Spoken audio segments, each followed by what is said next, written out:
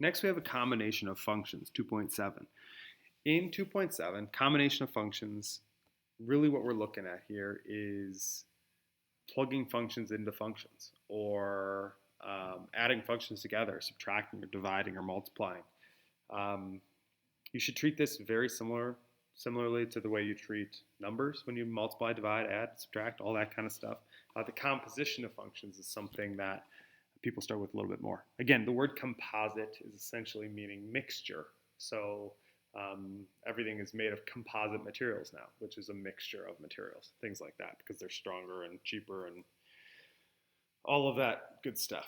Same thing can be said, I guess, for functions. So if you're just adding two functions together, f plus g, you just add f of x plus g of x. I think you guys will be okay with that stuff, with the notation there. The composition of functions is something I want to focus on, but I'll show you just the one example that we did during class. When you're, again, the red part is where you're just adding functions up, so put them together, subtracting them for the blue, multiplying them, and again, that just means the root x goes up top, and then dividing them, which means the root x goes on the bottom, I guess. I mean, there's not a lot of simplification you can do there, but that's all we're really asking for those. And then down below, this notation just means plug in 4, plug in 4, plug in 4, plug in 4 to the red, blue, green, and purple up above. The composition of functions is the piece that people struggle with a little bit more often.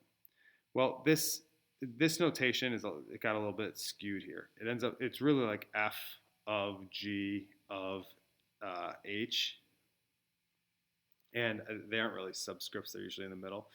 But what that means is h is going to be the part that's going to be plugged into the deepest parts of the parentheses. So this h right here, we're plugging that in to g.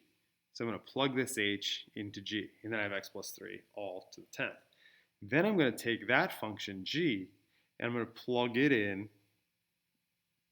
to f. So everywhere you see an x for f, which is why you have x plus 3 to the 10th up top, x plus 3 to the 10th on the bottom, and then plus 1. So that is your final answer. Let's do one. G of f of 7. Really what that means is g of f of 7. Order of operations tells us to do what's inside the parentheses first. So f of 7. Well, if I take a 7 and I plug it in here, I get 49, and then I'm going to plug it in here, and I'm going to get 46. So my answer is 46. To show it algebraically, you're taking your f of x piece, and you're plugging it inside of the g of x piece. And then you basically get x squared minus 3. You plug the 7 in, and you get 49 minus 3, which is 46. There you go.